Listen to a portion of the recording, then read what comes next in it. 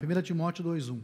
Em primeiro lugar, recomendo que sejam feitas petições, orações, intercessões e ações de graça em favor de todos. 1 Timóteo 2:1, eu vou ler novamente.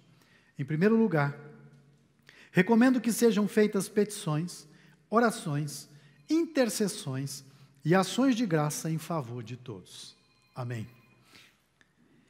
Quem sou eu? E eu gostaria que você fizesse essa pergunta para você mesmo, e não precisa responder em voz alta. Quem eu sou e como a minha história de vida contribui para o mundo? O que é a minha vida? A minha vida é uma rotina de passar os dias, ou é um modo pelo qual eu me coloco no mundo, não só para tirar dele, mas para desfrutar da vida. A minha presença no mundo contribui em quê e com quê? E quando eu falo o mundo é muito grande. Então eu não estou pensando em algum de nós contribuir com os indianos do outro lado, os japoneses lá do outro lado do oceano. Quando eu falo em contribuir com o mundo, tem a ver com a parte que lhe foi concedida, no tempo de vida que lhe foi concedido. Como que a sua presença faz diferença ou contribui? Para a gente poder responder isso, nós temos que compreender que nós somos espelhos, que nós refletimos a nossa interioridade. Nós não somos apenas essa fachada que vemos uns nos outros, à distância. Aquilo que está em nós vem. A gente pode até tentar esconder, a gente pode tentar mascarar, mas com o passar do tempo vai ficando nítido, notório para todas as pessoas, de fato quem nós somos. Então, como espelho, nós refletimos a nossa interioridade. E isso tem tudo a ver com os nossos sentimentos. Não sentimentos esses que vêm e vão. Que um dia a gente está bem, um dia a gente está mal, um dia a gente está bem, um dia a gente está mal. Não esses sentimentos que parece um vento soprando num canavial. Não. É, na verdade, aquilo que expressa o nosso ser, como nós sentimos o mundo, como nós sentimos a nossa vida, como nós sentimos a nossa existência. E essa maneira que daí percorre todo o nosso período de vida, está sempre refletindo. É aí que a gente chega à conclusão, por exemplo, de uma pessoa que tem baixa autoestima. Então, no percurso da vida dela, ela está sempre refletindo essa negatividade a respeito de si mesmo, de não encontrar um valor em si mesmo. E se ela não souber lidar com isso, ela vai passar a vida como quem rasteja, sendo que não é uma realidade. Ou tem o outro lado, de alguém que é muito soberbo, orgulhoso, que está sempre certo e sempre tem que, no discurso, ganhar os pontos de que está certo e está com a razão. Ele passa a vida, mas é isso que vem à tona, ele está sempre refletindo aquilo.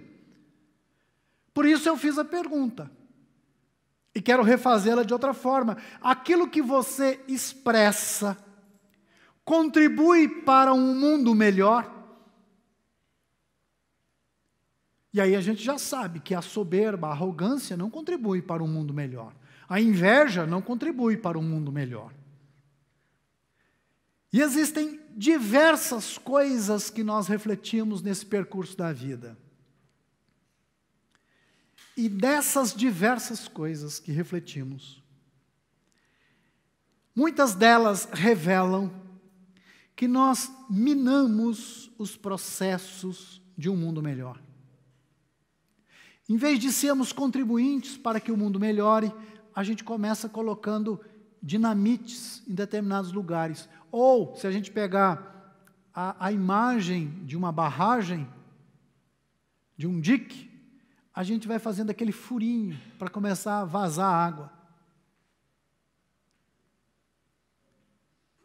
Então, sendo assim, se a nossa vida constantemente esse todo está minando os processos de um mundo melhor, a gente precisa se refazer, a gente precisa se reconstruir. Nós precisamos ser melhores pessoas para o bem do todo e para o nosso próprio bem. Eu penso que nós estamos vivendo um tempo muito complicado em relação a nós mesmos e aos nossos próprios sentimentos. E eu não consigo detectar direito o que é, mas eu percebo que nós andamos sobrecarregados, em crise, e por causa disso, de não sabermos lidar com essa complexidade, ou da maneira como nós estamos sendo ensinados, aculturados a lidar com a nossa própria interioridade, nós não estamos conseguindo prestar atenção ao mundo que nos rodeia, ou a essa vida que precisamos viver, esse modo de se colocar no mundo. Porque a gente se fecha, está olhando tanto para si, que a gente está perdendo as conexões com a realidade maior que forma a nossa vida. Eu chego a suspeitar que temos descoberto a nossa psique e as pistas de como nós construímos a nossa identidade psíquica. Isso nos despertou muito mais para a gente se autocentrar e a gente não conseguir enxergar o outro. Tanto que de um período para cá, dividiram o mandamento, né, que é assim, amar ao próximo como a si mesmo. Aí fala assim, então primeiro você precisa aprender a se amar, para depois amar o outro. Dividiram e inverteram a lógica. Por quê? Porque então aí eu vou passar a vida me amando, mas você não vai cuidar do outro? Não, que eu estou aprendendo a me amar. Vou me amando. Mas tem uma pessoa ali que está com dificuldade. Não, mas eu estou me amando. Calma aí, já. E nunca vem esse amor ao próximo. É só o a si mesmo. Quer dizer, nos tornamos narcisistas ao dividir esse mandamento e invertê-lo. E aí, o que acontece? Eu percebo gente que não consegue ver os filhos. Os filhos estão lá, convivem, estão dentro da mesma casa, mas não vê os filhos. Tanto que alguns pais chegam e me dizem assim, a casa caiu. Porque eu descobri alguma coisa a respeito do meu filho que eu nem tinha ideia. Nem sabia. A nossa complexidade e a maneira como nós aprendemos e fomos aculturados a lidar com a nossa interioridade, não sabemos lidar, e pelo jeito não vamos aprender tão cedo a lidar com essa nossa interioridade, a gente não consegue ver a esposa, o marido, é sempre uma surpresa. A gente não consegue ver os amigos. Mais ainda, como sociedade, nós não conseguimos ver as crianças. Nós, como sociedade, não conseguimos ver crianças. Elas são como que empecilhos. Por isso a gente se livra delas jogando numa escola, jogando num monte de atividade. Por quê? Porque eu tenho que cuidar da minha vida. E não dá para ficar cuidando de criança. Então a gente empurra ela para lá. Afinal de contas, eu tenho que salvar a minha vida. E a criança está impedindo. Quando ela crescer, eu vou dar conta. Aí chega a adolescência. Não tinha visto a infância, aí nós como sociedade, falamos, o que está acontecendo com essa geração? O que está acontecendo? Então nós não vimos, nós não olhamos os nossos filhos, nós não olhamos as nossas crianças. E a gente não cuidou do broto, da semente, e quer colher o fruto. Mas também, como sociedade, nós não vemos os idosos.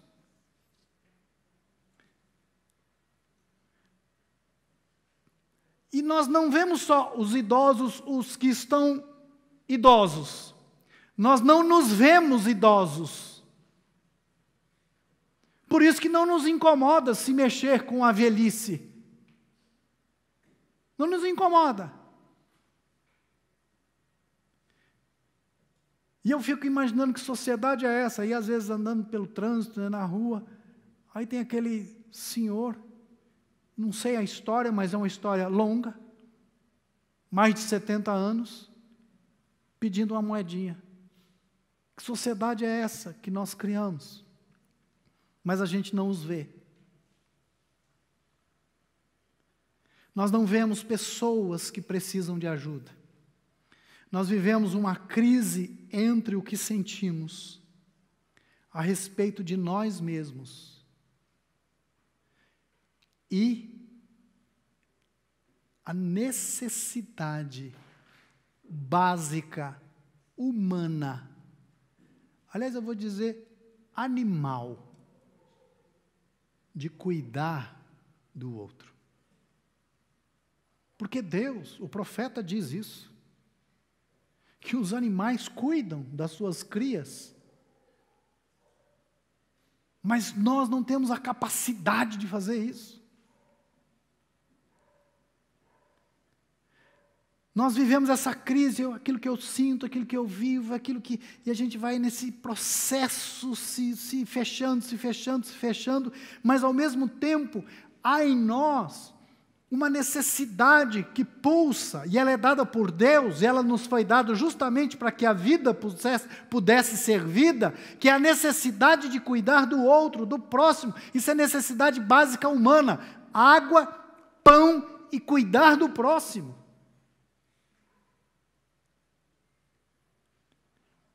Então, quando não cuidamos do próximo, a gente acaba rejeitando o próprio remédio que cuidaria da nossa própria alma, porque a nossa alma não é isolada, ela é conectada com todos os que nos rodeiam, e a gente está cortando os fios, e nós vamos cortando os fios, e a gente vai adoecendo e não entende por quê. Nós não conseguimos cuidar de ninguém porque nós percebemos e descobrimos que nós somos complexos demais na nossa interioridade. E é aí que nós nos perdemos. É aquela sensação que a gente tem: mas se eu parar de cuidar de mim, se eu largar, eu vou ficar sozinho, eu vou ficar abandonado, eu não vou estar seguro. E o problema é que querer preservar a vida, querer salvar a vida, é justamente perdê-la. Essa é a mensagem do Evangelho. Quem quiser salvar a sua vida vai perder. É assim que funciona. E quem quiser ganhar a sua vida tem que perdê-la, por amor. Nós temos um chamado, e esse chamado é de Deus: cuidar uns dos outros. Deus colocou isso no nosso gene. Deus colocou isso na nossa alma, Deus colocou isso no fundo do nosso ser. Temos um chamado, uma vocação, e se não cumprirmos com esta vocação, nós perdemos a nossa própria identidade, quem somos nós. Só que hoje nós nos encontramos num poço de sentimentos, e como é difícil sair desse poço, como é difícil a gente poder abandonar esse lugar tão gostosinho, que é o quê? Esses sentimentos que nós temos de autocomiseração nos dão um conforto. Ai, tadinho, ai, coitadinho, ai de mim, eu preciso tanto, como eu estou precisando, como eu estou necessitado, e a gente fica, e como é difícil. Porque imagina: ai, como eu me amo, ai, como é bom, ainda bem que eu cuido de mim, ainda bem que eu estou dormindo comigo, ainda bem que eu estou me abraçando. É gostoso. É o lugar mais aconchegante que tem, o nosso próprio colo. Mas é um engano. É um engano, é um drible da realidade. E aí os nossos sentimentos são mais importantes porque eles demonstram para nós, nos enganando, que nós estamos sendo cuidados.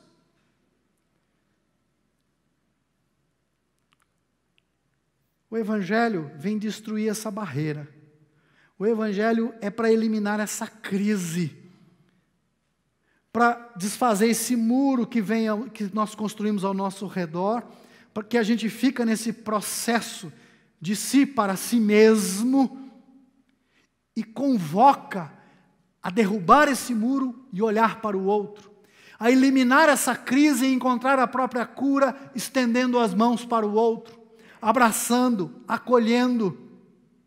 Então o Evangelho, ele vem ao nosso encontro fazendo a seguinte pergunta: o que é que você precisa mudar na sua vida?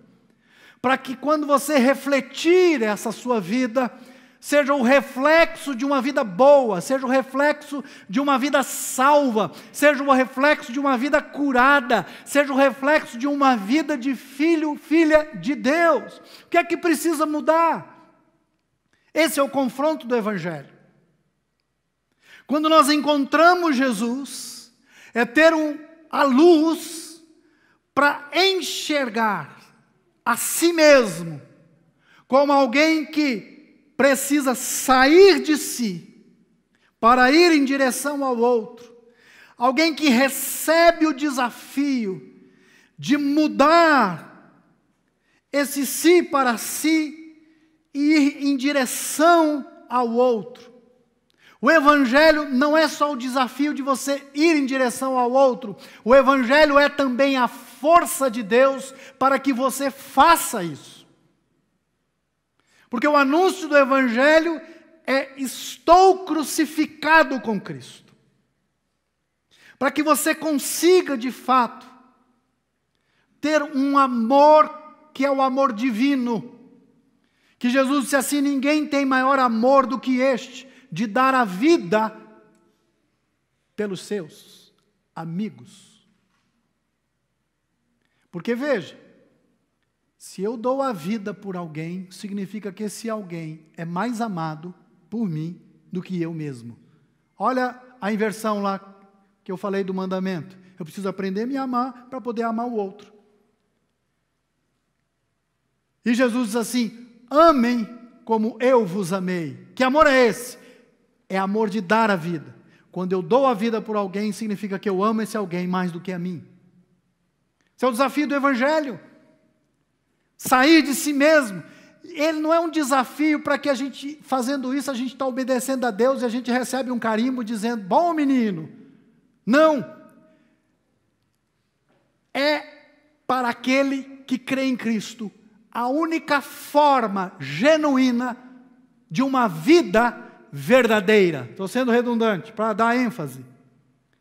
É para o crente em Cristo Jesus a única maneira, de fato, de viver uma vida verdadeira, íntegra. Não existe vida fora disso. Esse é o conceito do Evangelho. Mas isso é muito difícil. É por isso que nós temos a força de Deus, que é o Espírito Santo, que Ele nos dá vida. Estávamos nós mortos em nossos delitos de pecados. Era morto, fora desse conceito. E veio Ele e nos deu vida. Ou seja, assumimos essa vida que é a vida de Cristo. E aí agora, depois de dizer tudo isso, eu quero reler esse texto que nós lemos no início. Que ele começa assim: em primeiro lugar. Há uma versão que diz: antes de tudo. Em primeiro lugar, antes de tudo, eu recomendo que sejam feitas petições, orações, intercessões e atitudes, ações de gratidão em favor de todos. Em primeiro lugar, não é fique orando por si, pedindo por si, abraçando a si, amando a si, agindo por si e para si. Em primeiro lugar, pedir, orar, interceder e agir com gratuidade para com todas as pessoas. Depois vêm as outras coisas. É dessa forma que faremos o mundo melhor. É dessa forma que o reino de Deus está entre nós.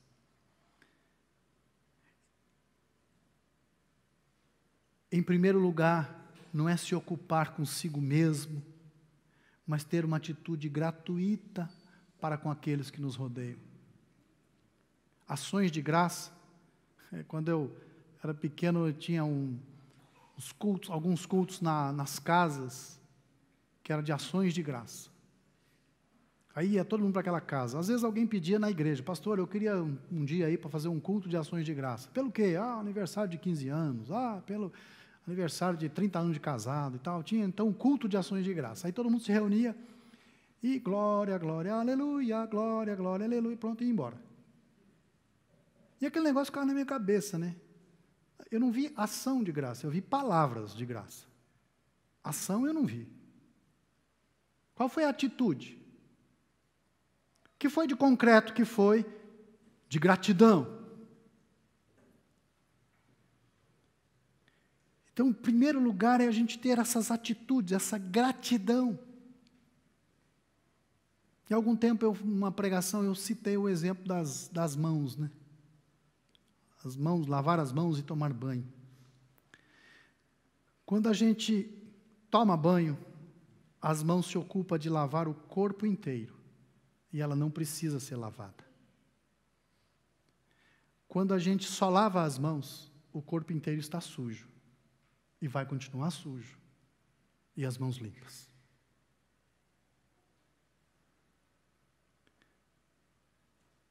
Esse é um bom exemplo para a gente perceber que nós somos esse corpo. E que se eu me ocupar de lavar o corpo, eu estou limpo. E se eu me ocupar de lavar só a si mesmo, eu sempre estarei sujo.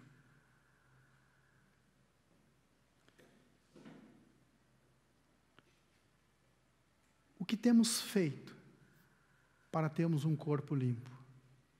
O que é que eu tenho feito para meu coração ser limpo?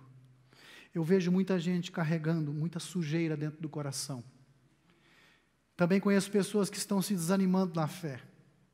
Conheço pessoas que se desanimam e desistem de uma caminhada comunitária. Sabe por quê? Não me achei, não me encontrei, não me resolvi. Eu não me.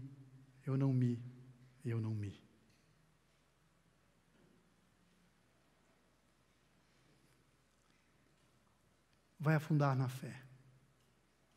Porque a fé cristã, não é para si, é para o outro. Alguns discípulos chegaram para Jesus e queriam saber quais as vantagens que eles teriam de seguir Jesus. E quando perguntaram para Jesus a respeito de: Senhor, nós queremos te seguir, Jesus disse assim: olha, o Filho do Homem não tem onde reclinar a cabeça. Eu não tenho, até a raposa tem um covil, mas eu não tenho. Mas quem quiser vir após mim, negue-se a si mesmo, tome a sua cruz e siga-me. Esse é o caminho do Evangelho. O caminho do Evangelho é viver a vida de Cristo, que Jesus usou como símbolo comer a sua carne e beber o seu sangue. O que significa essa vida que é dele passa a ser a minha vida, e é esse caminho que eu sigo. E quando ele disse isso, um monte de gente começou a ir embora. E os discípulos ficaram preocupados, porque assim a igreja vai falir. Está começando a igreja, já está difícil, está com perseguição. Aí vem e faz um discurso desse, quem é que quer ficar? Todo mundo quer ir embora. Foram falar para Jesus: Jesus, maneira, pega leve. Está muito duro esse discurso de ter que assumir essa vida, que eu tenho que tirar os olhos de mim mesmo, eu tenho que ser como Jesus. Jesus olhou para os discípulos e disse assim: vocês querem ir embora também? Podem ir, porque esse é o caminho. Pedro toma a palavra e diz assim: para onde nós iremos? Só tu tens palavras de vida. Pedro compreendeu que assim, esse é o único caminho, essa é a única vida que nós temos para viver, e a única vida que vale a pena ser vivida. O que temos feito para termos nosso corpo limpo. Em outras palavras, nós estamos atentos às pessoas que nos rodeiam? É importante para nós cuidarmos do outro? Como queremos ser cuidados? Se autocentrando? Às vezes nós estamos vivendo momentos muito difíceis, sim. Às vezes nós estamos vivendo um momento de luto. E o momento de luto, ele é irreversível, não tem o que se faça. Diga para mim, se eu estou vivendo um momento de luto e ele é irreversível, como é que eu faço para atravessar esse momento? Como é que eu posso encontrar forças para atravessar esse momento? Como é que eu posso encontrar motivos e razões para dar o próximo passo? Nós só conseguimos se nós estivermos inseridos numa fé, em que as pessoas que estão inseridas nessa fé sabem da responsabilidade de cuidar uns dos outros, assumiram o Evangelho de Jesus. Porque se eu estou numa comunidade em que essas pessoas assumiram o caminho de Jesus, quando eu estiver em dor, eu não estou só. Aí cumpre-se aquilo que o salmista diz, que o órfão não é sem família. Ainda que meu pai e minha mãe me deixem, por N razões, o Senhor me acolherá. Porque nessa família eu sou acolhido, então eu consigo dar o próximo passo, eu consigo perceber que é Deus cuidando de mim, eu consigo perceber que Deus está me acolhendo, e então eu atravesso esse vale da sombra e da morte. Eu percebo que nós estamos cada vez mais fracos, porque se cumpre em nós aquilo que Paulo alertou lá na sua primeira carta aos Coríntios. Estamos fracos, adoecidos e desanimados, porque perdemos a dimensão de cuidar uns dos outros, que Paulo usa a expressão, não discernimos o corpo, que é esse pertencimento de uns aos outros.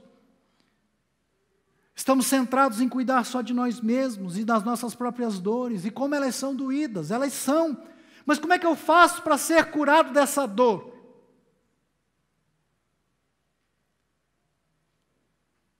É estando cuidado por essa família da fé. Não tem outro jeito. Mas quando está dolorido, e eu ter que ter um olhar para o outro, estar próximo do outro, isso me assusta. Por quê? Porque eu tenho a sensação de que se eu não cuidar de mim, eu vou ficar sozinho e abandonado. Mas deixa eu lhe dizer, no momento que você está de dor, você já está sozinho e abandonado, porque só você está sentindo essa dor. E você não dá conta de cuidar disso. O que nós precisamos?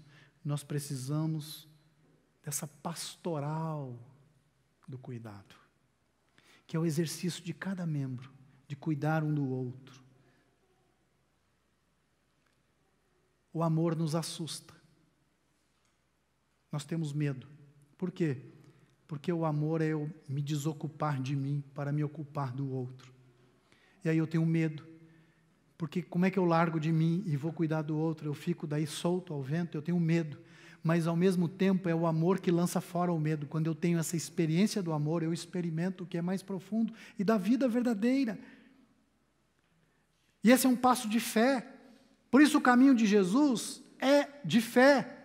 Porque ele me ensina o seguinte, eu tenho medo de largar de mim para cuidar do outro. Então, dê um passo de fé, que é amando, que é largar de si, e você de fato vai experimentar a vida. Porque a vida de Jesus é uma vida vivida pela fé. O justo vive pela fé. Não tem como a gente ter uma comunidade melhor, onde todos são saudáveis, se nós não deixarmos a nós mesmos no altar, como um sacrifício, e sairmos para cuidar do próximo. Isso nos assusta. Paulo, na sua primeira carta aos Coríntios, no capítulo 13, ele fala sobre o amor. E lá em determinado momento ele fala sobre quando eu era criança, pensava como criança, vivia como criança, agia como criança. Uma criança imagina que tudo é para si mesmo. Em primeiro lugar é o mundo inteiro para mim.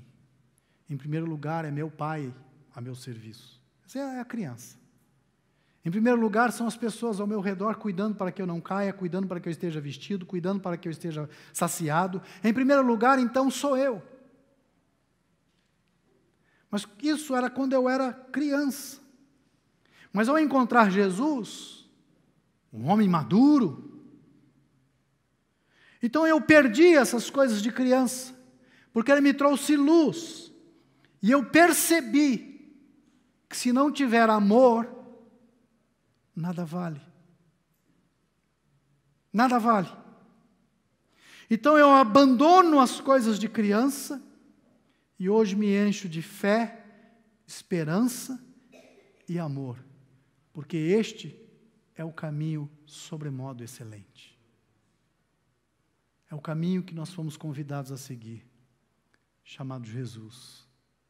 Essa é a trilha que nos foi dada para viver. E esse é o desafio que cada cristão recebe para fazer um mundo melhor, anunciando: esse é o reino de Deus que está entre nós.